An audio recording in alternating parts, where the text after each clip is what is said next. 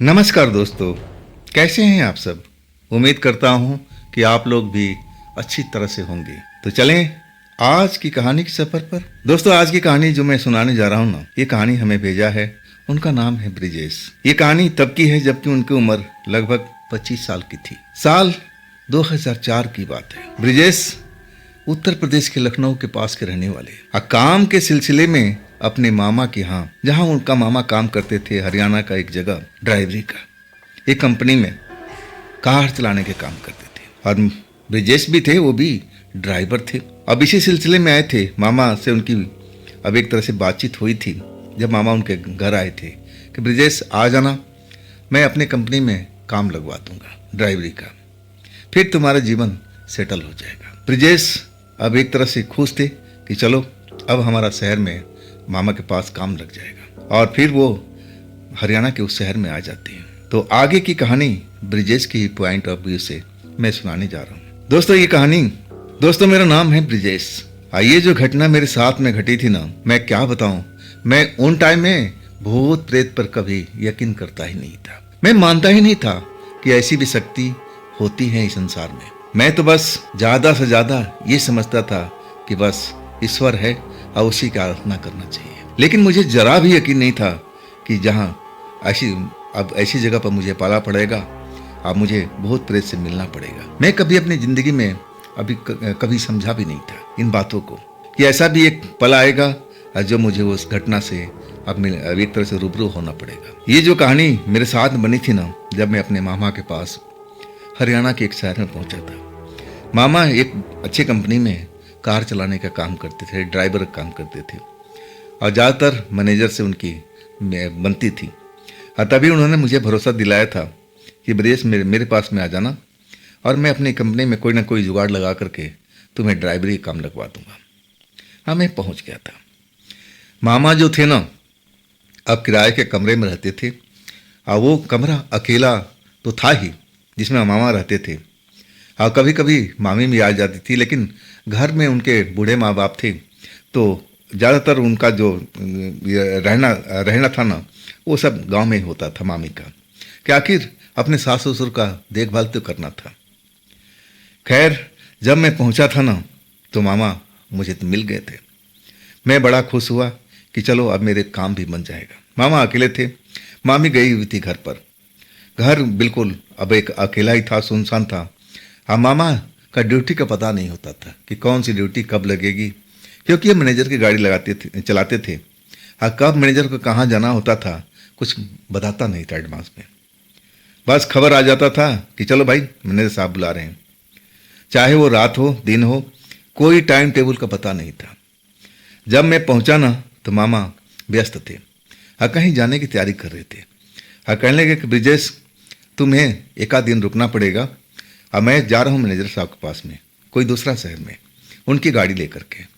हाँ, मैं रास्ते में उनसे बात भी कर लूँगा, और तुम्हारी नौकरी तो समझो पक्की ही समझो।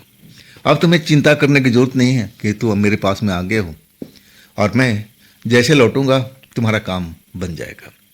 तब तक तुम इस कमरे में आराम करो, रहो। सब कुछ यहाँ पर है, साधन बनाने का, अब सब्जी से लेकर के हर एक चीज़ है। और कुछ पैसा भी दिए कि पैसा रख लो, अगर तुम्हें लगता है कि नहीं बना सकते तो बाहर होटल है, जाके खाना, बस आराम करना है। 2-3 दिन तक आराम करो, और तब तक मैं शायद हो सकता है कि बीच में मैं लौट आऊँ। इतना कह करके चले गए थे। हमें भी चलो खुश था कि चलो शहर में पहुँच गया हूँ। अब मामा तो बोल ही दिए, आश्वासन दे ही दिए, काम तो लग ही जाएगा। मैं अब घर से बाहर निकल करके उस आसपास में मैं थोड़ा देखने लगा। वो घर था ना, एक लाइन में बना हुआ चार घर था। अब जिस मकान मालिक का था, वो एक लंबा सा घर जैसे लेबरों के लिए बनाया जाता है शहर में, वैसे ही बनाया हुआ था। बाहर में हैंडपंप था, बाथरूम कॉमन ही था, एक बाथरूम, लाइटिंग, और उसी में सबको जाना होता था। अब सबके सब घर भरे हुए नजर आ रहे थे। किसी में बाल बच्चे भी थे घर में, अब बाकी सब छड़ी छाट थे। मेरा जो बगल का घर था ना, उसमें ताला लगा हुआ था। शायद उसमें कोई रहता था या नहीं रहता था, मुझे उस टाइम तो पता नहीं था। अब मैं उस रात की बात बता रहा हूँ, जब मामा चले गए थे, मैं घर में अकेले रह गया था।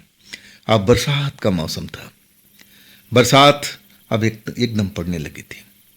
रात हो गया था। मैं खाना तो नहीं बनाया, हाँ होटल से ज़रूर खा के आ गया था। अब मैं आराम कर रहा था। अब पंखा चल रहा था, लाइट जल रही थी। अब धीरे धीरे बरसात अब बढ़ता जा रहा था, रुक नहीं रहा था। 10 बज चुका था। और वो जो छत था ना, जिस मकान मालिक के लिए बनाया था, वो टपकने लगी थी कई जगहों से, बूंद बूंद बूंद करके। मैं समझ गया कि अब रात तो अब ऐसे ही होगा, रात जगह होगा। जहाँ जहाँ पानी टपकेगा वहाँ तो मैं सो नहीं पाऊँगा।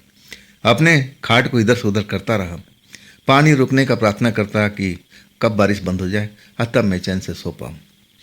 अब शायद ये चारों घर ऐसे ही बना हुआ था, ज़्यादा बारिश होने की वजह से टपकने लगता था। रात अब ज़्यादा हो चुकी थी, 11 से ऊपर का टाइम था और अभी भी बारिश चल रही थी। बिजली जो थी ना, अब एक तरह से आने लगी जाने लगी। और जब अंधेरा हो जाता था ना, तो मैं डरता नहीं था। उस टाइम मैं डरने का नाम सीखा ही नहीं था। हाँ, अब वहाँ मोमबत्ती थी, मोमबत्ती भी जला कर रख दिया था कि चलो जलती रहेगी, कब बिजली आएगी कब जाएगी कोई पता नहीं चल रहा था। ये घड़ी घड़ी ऐसा हो रहा था। बिजली इस बार गई ना तो आई नहीं। बारिश लगातार पड़ती जा रही थी। अब करीब 11:30 पौने 12 का अब टाइम हो चुका था और दरवाज़ा मैं खोल कर रखा हुआ था क्योंकि पंखा चल नहीं रहा था। अंदर में उमस हो रही थी, अब हवा भी चाहिए था। अब बाहर से थोड़ा फ्रेश हवा आ रहा था तो मुझे बड़ा राहत महसूस हो रहा था। कब मेरी आंख थोड़ी सी लग गई मुझे पता ही नहीं चला। जब मेरी नींद खुली ना, ज़्यादा देर में अब सोया भी नहीं था। अचानक मैं देखा ना कि मेरे सिरहाने कोई खड़ा है। मैं जब मोमबत्ती की रोशनी में देखता हूँ तो एक लड़की थी। अब लड़की भी जवान थी, दुपट्टा ओढ़ी भी थी, चेहरा ढका हुआ था। मैं उसको देखा तो समझा कि पड़ोस का मामला है, पड़ोस की होगी। मैं कहने लगा कुछ चाहिए क्या आपको? वो कुछ नहीं बोली। मैं फिर दोहराया, फिर हमारे कमरे में कैसे आ गई आप? कोई ज़रूरत है तो बताइए आप। वो कुछ नहीं बोली। फिर वो बाहर निकल गई। मैं भी चैन का सांस लिया, चलो अब पता नहीं किस काम से आई थी और चली गई, जाने दो, हमें क्या मतलब है। मैं परदेश में आया हूँ नौकरी के सिलसिले में। अब मुझे अब लड़कियों के चक्कर में पड़ना भी नहीं था, हमें आज तक पड़ा भी नहीं था। खैर मैं फिर झपकी लिया। फिर जब एहसास हुआ कि कोई मेरे सिरहाने खड़ा है, मेरे बालों से खेल रहा है, तो मेरी नींद खुल गई। मैं अब एकदम चौंक के देखा तो वही लड़की थी, वही ड्रेस, वही कपड़ा और अपना दुपट्टे से चेहरा ढकी हुई थी, कवर किए हुई थी। मैं अब देख के बोला कि आप कौन हैं जी? आप इस कमरे में आप कैसे आई? कोई ज़रूरत है तो बताइए।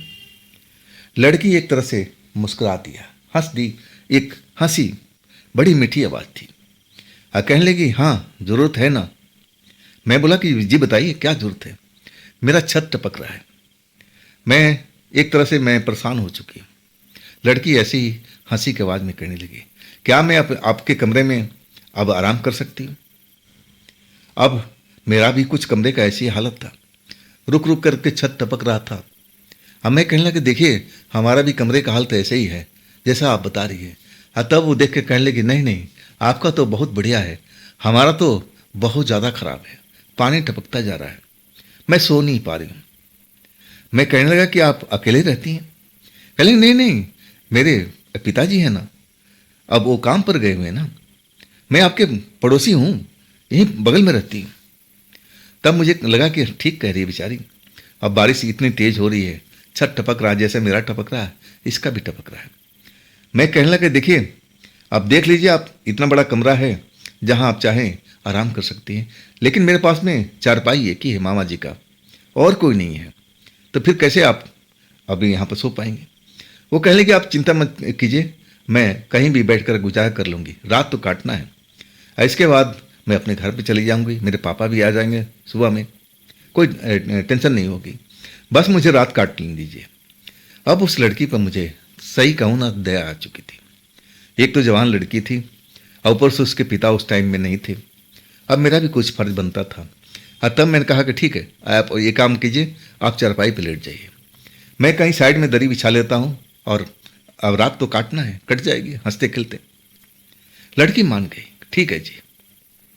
चारपाई जो थी ना डबल थी और वो मज़े से चारपाई पर आकर के लेट गई। अब मैं भी अपना दरी ले करके जहाँ पानी नहीं गिर रहा था और थोड़ा साफ जगह थी, मैं वहाँ बिछा लिया, दरवाजे के पास ही। और मैं सोने की कोशिश करने लगा, लेकिन नींद नहीं आ रही थी। काफ़ी देर के बाद मुझे नींद आने शुरू हुई। मैं कई बार मुड़ मुड़ करके उस लड़की को देख रहा था जो वो सो रही थी, और अभी भी अपना चेहरा जो था ना, ढके हुई थी। हाँ, उसकी आवाज़ बहुत मीठी थी। जब भी उसने बात किया मीठी आवाज़ में, और वो आवाज़ मुझे भा रही थी। बस सबसे बड़ी खासियत उसकी आवाज़ की थी। और चेहरा तो मैं अभी भी सही ढंग से देखा तक नहीं था। हाँ, हाथ पैर जैसे देखे थे, गोरी चिट्ठी लग रही थी, जवान थी, इतना तो मैं जान ही चुका था। खैर, अब उसको देख रहा था कि नींद में सो रही है, मुझे भी अब नींद आने लगी थी। और कब मैं नींद में चला गया मुझे पता ही नहीं चला। जब सुबह में मेरी आंख खुलती है ना, तो मैं आश्चर्य में पड़ जाता हूँ। जिस दरी पर मैं सोया हुआ था उस पर मैं था ही नहीं, मैं चारपाई पर लेटा हुआ था। और चारपाई पर वो लड़की लेटी हुई थी। ये कब हो गया, कैसे हो गया, मुझे पता ही नहीं चला। हड़बड़ा करके मैं जागता हूं। अभी भी सुबह का धुंधलका है, अब बारिश अभी भी पड़ रही है। बरसात का मौसम था, बादल घिरे हुए थे, बिजली कड़क रही थी। लेकिन मैं घड़ी देखा ना, तो सुबह के 4:30 के आसपास बज रहा था। वाकई में नींद जो था ना, अचानक जो खुली थी, अब मैं देख करके घबरा गया था कि मैं तो दरी पर सो रहा था, दरवाजे के पास में। मैं इस चरपाई पर कैसे आ गया? इस चरपाई पर तो लड़की सो रही थी, कैसे मैं इस पर आ गया? वो लड़की कहाँ गई? एक भयानक सपने की तरह मेरे दिमाग में सब चल रहा था। मैं अब उसको जानने की कोशिश कर रहा था कि सब हुआ कैसे। जो मेरे साथ में रात में हुआ था, वो लड़की जब आई थी वो तो पड़ोसी थी, अब कौन से घर की थी मैं तो देख नहीं पाया था। लेकिन वो गई कहाँ? अभी तो सुबह के 4:30 बजे हुए, बारिश रुकी नहीं है, अभी भी बारिश हो रहा है, लेकिन अब लड़की नहीं थी। मैं अब एक तरह से कहूँ ना, कुछ देर तो मैं पागलों की तरफ बैठ गया था चारपाई पर, और इधर उधर देख रहा था कि लड़की कहीं अंदर तो नहीं है, लेकिन वो नहीं थी। और सबसे बड़ी खतरनाक बात मुझे अब समझ में आ रही थी कि मेरा जो कपड़ा था ना, खुला हुआ था। ऐसा कभी हरगिज मेरे साथ में नहीं होता था। मैं थोड़ा शर्मिला व्यवहार का लड़का था, और मैं ऐसा ही अब मदमस्त अपना सोता था, कपड़े सुरक्षित करके। लेकिन जब नींद से जागा था ना, कपड़े अस्त व्यस्त पड़े हुए थे, खुले हुए थे। ऐसा कभी होता नहीं था। ये कैसे हो गया? और वो लड़की गई तो कहाँ गई? कमाल की बात थी। खैर, अभी रात सुबह के 4:30 ही बजे थे, और अभी मौसम वैसे ही बिगड़ा हुआ था, बिजली कड़क रही थी, बारिश हो रही थी, और छत भी धीरे धीरे टपक रहा था। जहाँ जहाँ पानी गिरता था अभी भी गिर रहा था, बूंद बूंद करके, और टपक जाता। मैं समझ गया कि वो लड़की आसपास के घर की है और चली गई होगी। लेकिन कब मैं उस चारपाई पर आ गया? क्या नींद में चल के आया? क्या मुझे नींद की बीमारी है? यार, लड़की ने मुझे उठा करके और उस चारपाई पर डाल दी। सोचने वाली ये बात थी। खैर, मैं जितना अब सोचता उतना ही उलझता जाता। अब मैं फिर कहा कि जो होगा देखा जाएगा, अब तो जो होना था हो ही चुका है। आखिर वो लड़की से जब सुबह मिलूंगा और तब उससे पूछूंगा, है तो पड़ोसी ना, मिलेगी तो जरूर ना। अब फिर मैं अब एक तरह से सुबह के गहरी नींद में सो चुका था। जब आँख खुली ना, तो 9 बजा हुआ था। लेकिन मौसम देख करके लग रहा था ना कि अभी अभी सुबह हुआ है। ऐसे ही बाहर का मौसम था। अब मुझे भूख भी लग रही थी। मैं गांव के रहने वाला था, और जल्दी मैं उठ करके नाश्ता पानी करने वाला। मुझे भूख का एहसास हुई। और इसके बाद बारिश का मौसम देख करके अब मेरी हिम्मत तो नहीं हो रही थी कि मैं बाहर जाऊं, नाश्ता करूं, भोजन करूं। जो भी घर में था, स्टोव था, सब कुछ था। हाँ, मैं अपना भोजन नाश्ता तैयार करने लगा। हाँ, मैं दरवाजे से बाहर निकलता, लेकिन मैं आंगन में जा नहीं पाता था कि बारिश हो रही थी। मैं उस लड़की के घर देखना चाहता था कि कौन सी घर में वो लड़की रहती थी जो रात में आई थी। बगल वाले घर में अगर मैं जाता तब भी मैं भीग जाता, और आगे जाने का कोई मतलब था नहीं। तो जैसे तैसे अपने नाश्ता वास्ता बनाया, और फिर मेरे पास में कोई काम तो था नहीं। नाश्ता वास्ता करने के बाद इसी घटना को मैं याद करता रहा कि आज तक ऐसा तो हुआ नहीं कि मैं नींद में चला हूँ। शायद ये नई बीमारी मुझे तो नहीं लग गई। लड़की जरूर आई थी, इतना तो मुझे पता है, मुंह ढक करके आई थी और उसको मैंने अपना बिस्तर भी दिया था। और फिर ये मेरे साथ में क्या किया कि लड़की जानबूझ करके मुझे उठा के लाई थी अपने बिस्तर पर, मुझे हम बिस्तर बनाई रात में। अब मुझे पता ही नहीं चला ऐसा कैसे हो गया। मुझे रह रह करके उस लड़की पर गुस्सा भी आ रहा था कि चलो जब भी मिलेगी ना तो मैं उससे बात करूंगा कि उसने मेरे साथ में ऐसा क्यों किया। खैर सारा दिन भी बारिश चलती रही और जो भी लोग थे वहाँ पर कामकाजी लोग अब अपने अपने छतरी लेकर के आ रहे थे, जा रहे थे। और हमारे घर में, मामा के घर में कोई छतरी नहीं थी।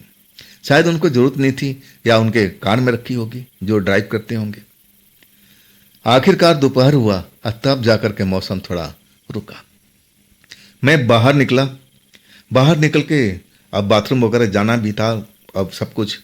अब इसके बाद में मैं इधर उधर देखने लगा। अब उस लड़की को ढूंढने की कोशिश करने लगा, लेकिन घर में, किसी के घर में वो लड़की दिखाई नहीं पड़ी। ना तो बाहर निकली। हाँ, मेरे पड़ोस के घर में जरूर ताला लटका हुआ था, जैसे मैंने देखा था शुरू से वैसा ही था। अब रात हुई, मामा जी का कोई पता नहीं था कि कब आएंगे और मौसम जो था अभी भी सुधरा हुआ नहीं था। रुक रुक के धीमी धीमी बरसात हो रही थी। मैं सोचा कि आज भी बाहर जाना ठीक नहीं है और शाम को अपना जल्दी से भोजन बना लूँगा और आराम करूँगा, और तो कोई काम है नहीं। मामा जी कब ना जाने कब तक लौटेंगे और तब तक मुझे ही सब कुछ करना पड़ेगा। और वही मैं किया। 9 बजे से पहले पहले अब बताऊं कि जो बिजली थी ना घर की, आती थी जाती थी। जब भी बरसात के बूंदे पड़ना शुरू हो जाता था अब बिजली चली जाती थी, पंखा भी बंद हो जाता था और तब बड़ा हुमस होता था। अब जैसे भी मैंने मोमबत्ती के सहारे अब खाना वाना बनाया, अब बीच बीच में बिजली आ भी जाती थी, तब थोड़ा राहत मिलता था। आखिरकार खाना बन गया और इसके बाद मैं भोजन करने बैठ चुका था। तब तक सब कुछ सही चल रहा था। ना तो उस लड़की को मैं अभी तक देख पाया और ना मुझे दिखाई पड़ी, ना आते ना जाते। फिर अब जैसे ही खाना वाना खा करके मैं आराम करने लगा, 10 साढ़े 10 बजे के आसपास अचानक लाइट फिर चली गई। बारिश तेज हो चुका था। फिर मुझे लगा कि अब मोमबत्ती जलाने का फ़ायदा क्या है, मोमबत्ती ज़्यादा थी भी नहीं। मैंने सोचा कि रहने दो, अब तो रात होगी, अब सोना ही है। अब मैं गांव का रहने वाला, अंधेरे से तो डरने वाला था नहीं मैं। दरवाज़ा खुला छोड़ करके अब एक तरह से बारिश का मौसम और घर के अंदर उमस, बिना पंखे का सोना बड़ा मुश्किल था। अब दरवाज़ा खुला होने पर थोड़ी ठंडी हवा बाहर जाती थी और उसी के सहारे मैं अब सो रहा था। कब मेरी आंख लग गई मुझे पता ही नहीं चला। जब मुझे एहसास हुआ कि मेरे बगल में चारपाई पर कोई लेटी हुई है, तब मैं एकदम से कहूँ ना कि चौंक करके अपनी आंख खोलने लगा। लेकिन मेरी आंख खुल नहीं रही थी। मैं अपने हाथों के सहारे से अब उसको अब एक तरह से समझने की कोशिश करने लगा कि कौन है कौन है। तब मुझे एहसास हुआ कि ये लड़की है। अब सही कहूँ ना कि मैं अपना आंख खोलने की कोशिश कर रहा हूँ भरपूर, लेकिन आंख नहीं खुल रहा है। बस हाथों की सहायता से समझ रहा हूँ कि हाँ, मेरे बगल में कोई लड़की लेटी हुई है। क्यों लेटी हुई है? मैं बोलने की कोशिश करता हूँ कि तुम कौन हो और तुम यहाँ पर कैसे आ गई हो, मेरे बिस्तर पर क्या कर रही हो, लेकिन मैं बोल भी नहीं पा रहा हूँ। ऐसा ही मुझे एहसास हो रहा है। अचानक मुझे ऐसा लगा कि मैं गहरी नींद में सोता चला जा रहा हूँ। अब फिर जब सुबह मेरी आंख खुलती है करीब 4:30-5 बजे के, क्योंकि मैं गांव का रहने वाला, जल्दी सोना जल्दी जागना, और वो आंख खुल गई। आंख खुली तो मैं फिर हैरान था। मेरे कपड़े जैसे अस्त व्यस्त थे जैसे पिछली रात में था, और मैं एकदम घबरा गया कि मेरे साथ में हो क्या रहा है। कौन ऐसी लड़की है जो इस घर के आसपास में रहती है और मेरे साथ में ये खेल खेल रही है जो खेलना नहीं चाहिए था। ये लड़की आज मैं देखूंगा और जरूर उससे बात करने की कोशिश करूंगा। अगर मामा जी आ गए तो मैं मामा जी को बताऊंगा। और मैं यही सब, अब सुबह हो चुकी थी। अब बारिश भी जब बीच में बंद होती थी तो मैं बाहर निकलता था। अब पूरा जो 4 कमरे थे, मैं दरवाजे के अंदर तो जाता नहीं था, बाहर बाहर से घूम घूम करके देखता था कि वो लड़की के एक बार दर्शन हो जाए, मुझे पक्का हो जाए कि कौन से घर के रहने वाली है। लेकिन अभी तक किसी घर में उस लड़की का होने का सबूत नहीं मिला। अब वो दिन भी निकल चुका था और बारिश का वैसे ही मौसम, रुक रुक कर के भी बादल अब आ जाते थे, फिर चले जाते थे। अब फिर बिजली कड़कती थी, बारिश होती थी, फिर शाम हो गया। अभी तक मैं अपने पड़ोसी के जो बगल में अब जो रूम था उसमें ताला ही लगा हुआ था। उसमें मैंने अभी तक जब से आया था तब तक वो उसमें किसी को देखा नहीं था, ना तो दरवाज़ा खोलते हुए ना बंद करते हुए। मतलब जो भी था या तो इस जगह पर है नहीं या फिर ना जाने क्या बात है। रात हुई और फिर मैं अपना भोजन बना चुका था। खाना खाने जैसे ही बैठा, अब थोड़ा अंधेरा काफ़ी हो चुका था।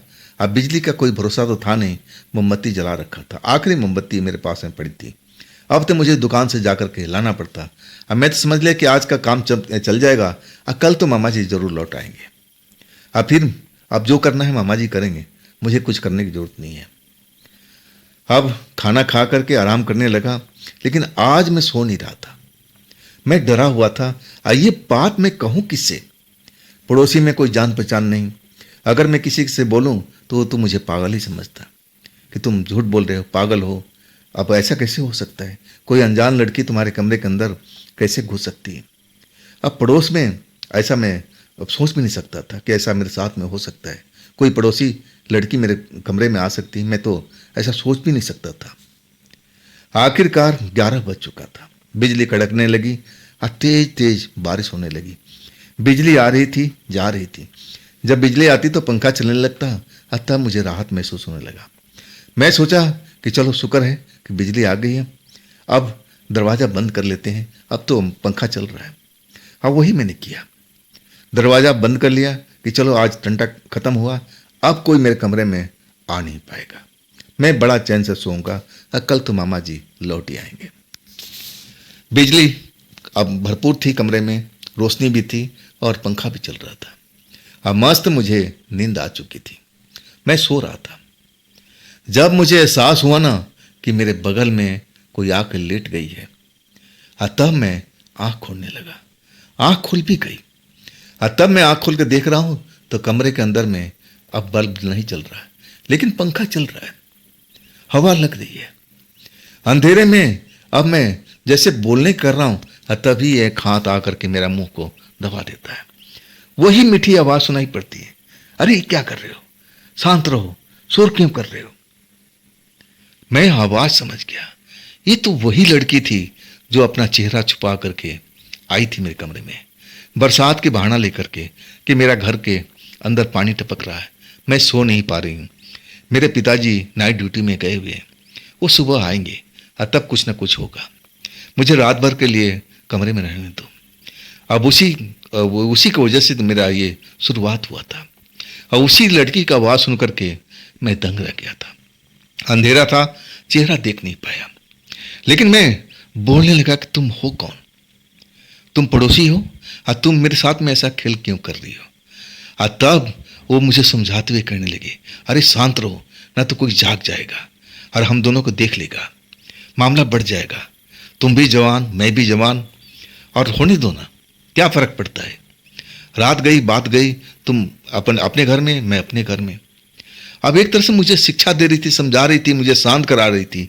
अब मैं भी उसकी बातों में उलझ गया था कि लड़की सही कह रही है, अगर हम शोर करेंगे तो पड़ोसी कोई आ जाएगा और फिर हम दोनों के दोनों पकड़े जाएंगे, मामला बिगड़ जाएगा, मामा जी को पता लगेगा तो फिर मैं कहीं का नहीं रहूँगा कि आते ही गांव से शहर में अपना रंग रूप दिखाती है, जाओ तुम वापस जाओ, तुम शहर में रहने लायक हो ही नहीं। अब मैं डर गया था। सही कहूँ तो वो जो लड़की कह रही थी मुझे अब मजबूरी में करना पड़ रहा था। अब मैं उससे बोल रहा था कि देखो ये आखिरी बार है, इसके बाद तुम मेरे घर में नहीं आओगे। और तब वो मीठी हंसते हुए कहने लगी कि हाँ ठीक है, तुम्हारी शर्त मंजूर है, मैं दोबारा तुम्हारे कमरे में नहीं आऊँगी, मेरा वादा है। आखिरकार अब सब कुछ होने लगा जो नहीं होना चाहिए था। अब मुझे गहरी नींद भी आ चुकी थी, ना जाने ऐसा क्यों हो रहा था। और जब मैं जगा ना तो लड़की थी नहीं, दरवाजा खुला हुआ था, कब चली गई थी मुझे एहसास तक नहीं हुआ था। बाहर में मौसम का अब ऐसे ही रंग ढंग था, कभी बिजली चमक रही थी, कभी बारिश हो रही थी, कभी नहीं भी हो रही थी। और सही कहूँ ना, मुझे भूत प्रेत का जरा भी संदेह नहीं हुआ कि वो लड़की कोई भूत प्रेत हो सकती है। ऐसा जरा भी संदेह नहीं हुआ। मुझे लगा कि लड़की जवान है और उसके उमंग अब एक तरह से जवानी की तरफ बढ़ रहे हैं, और मुझे भी देख लिया। अब उसको मैं जच गया था, तभी वो मेरे पास में कमरे में आ गई है, और कोई बड़ी बात नहीं है। ऐसे मैं किस्से कहानियाँ बहुत सुन रखा था। अब मुझे यही लगा, चलो अब लड़की को समझा दिया हूँ, अब हमारे कमरे में नहीं आएगी। बात एक तरह से ख़त्म हो चुकी थी। हाँ, मैं भी बहुत शांत बैठा हुआ था। सुबह हो गई थी, दिनचर्या सबका शुरू हो चुका था, और अभी भी रुक रुक के बारिश हो रही थी। अचानक मामा जी आते हुए नजर आए, छतरी लेकर के, मुस्कुराते हुए। कुछ फल फ्रूट भी लाए थे और कुछ नाश्ते का सामान भी ले आए थे। आते कहने लगे, अरे ब्रिजेश, देखो ना, बारिश बहुत ज़्यादा नुकसान कर दिया। ये जो घर है ना, टपकता रहता है। मैं तुम्हें बताना ही भूल गया, कोई तकलीफ तो नहीं हुई ना? मैं कहने लगे, नहीं मामा जी, ऐसा कोई तकलीफ नहीं हुई, लेकिन वास्तव में ये घर कई जगह से टपकता है, तो आप मकान मालिक को बताते क्यों नहीं है? तब कहने लगे, मैं कितनी बार बता चुका, मकान मालिक है ना, बड़ा ही लापरवाह है।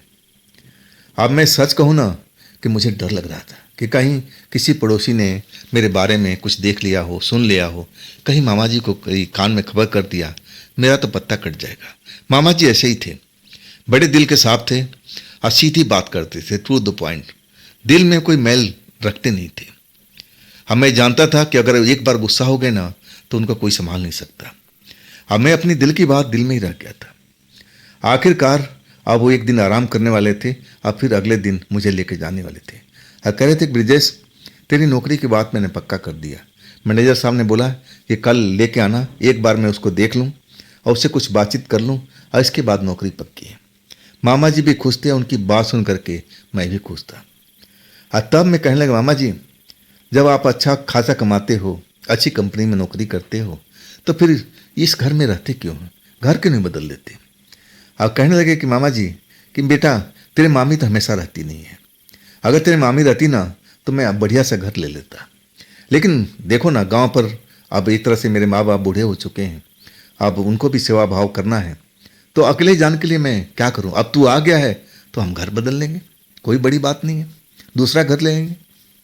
मामा जी ऐसे ही बता रहे थे। मैं भी खुश था कि चलो इस घर से छुटकारा मिल जाएगा, मेरी नौकरी लग जाएगी। तो अब ऐसी बात बात में कहने लगे कि मामा जी, ये बगल वाले घर में जब से मैं आया हूँ, देखा हूँ इसमें ताला बंद है, तो कोई रहता नहीं है क्या? ये खाली है क्या? तब मामा जी कहने लगे, अरे आज से थोड़ी बंद है, इसको तो कई साल हो चुका है, इसमें कोई रुकता ही नहीं है। सब कहते हैं इसके अंदर में कोई आत्मा लड़की रहती है। जो भी किरदार आते हैं ना, अब एक आध दिन में अब उसको नजर आ जाती है, डर कर भाग जाते हैं। अब मकान मालिक को बोलो तो विश्वास करता ही नहीं है। जो भी किराएदार आता है, अब दूर से पड़ोसी बता देते हैं, तो कोई लेकर राजी नहीं है। तब हम क्या कर सकते हैं? मैं एकदम से दहल गया था मामा जी की बात सुन करके।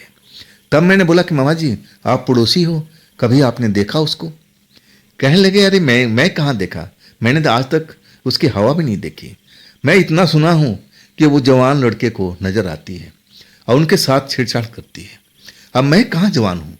पहले मैं जवान था तब तो आई नहीं, अब बुढ़ापे में कहाँ आने वाली है? हंसने लगी, कहीं तुम्हें तो नहीं मिल गई बेटा? वो मेरी तरफ देख करके अब मुस्कुरा के पूछ रहे थे।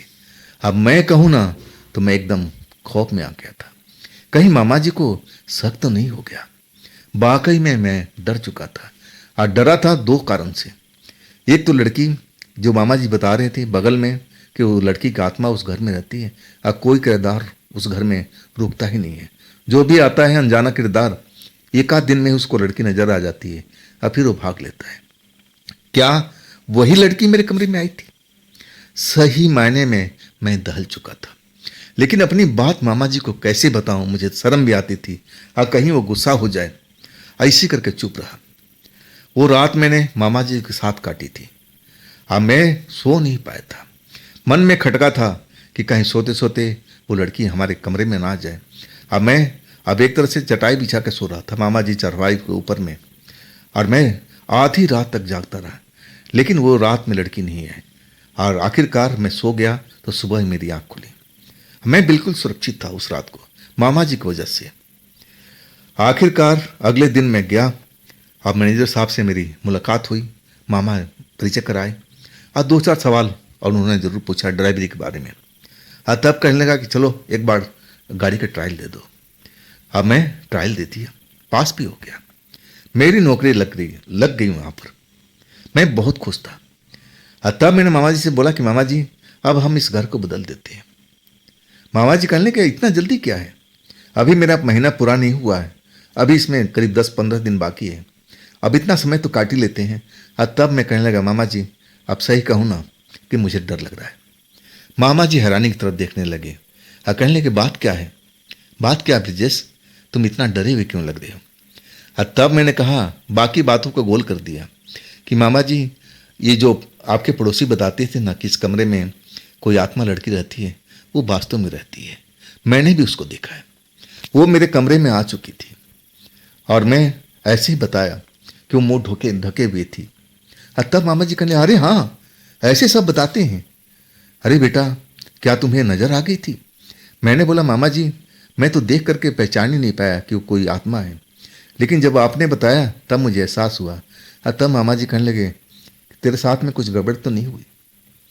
मैं नजरें नीची कर ली, मैं कुछ बोल ही नहीं पाया। मामा जी समझ गए थे, अब पुराने आदमी थे, अब जैसे ही आंखें नीची किया मामला उनको समझ में आ गया था। तब कहने लगे बेटा हम जल्दी से दूसरे घर में चलते हैं, ये घर तेरे लायक नहीं है। अब वास्तव में जब हम उस घर से निकले तब मुझे जाकर के आज़ादी महसूस हुई थी। तो दोस्तों ये थी आज की कहानी ब्रिजेश जी की भेजी हुई। ये कहानी आपको कैसी लगी कमेंट में ज़रूर बताइएगा। और दोस्तों ये भी चैनल आप ही का है, तो इसको भी अपना प्यार दीजिए, लाइक कीजिए, सब्सक्राइब कीजिए अगर आपने नहीं किया है तो, और अपने दोस्तों को शेयर भी कीजिए। और हाँ, यदि आपके पास में ऐसी कोई घटना कहानी है जो आप मुझे भेजना चाहते हो तो आप मुझे इंस्टाग्राम पर या मेरे व्हाट्सएप नंबर पर अपनी कहानी को, अपनी घटना को आप भेज सकते हैं। तो दोस्तों कल हम मिलते हैं इसी चैनल पर इसी टाइम में। आप लोग अपना ख्याल रखिएगा। नमस्कार।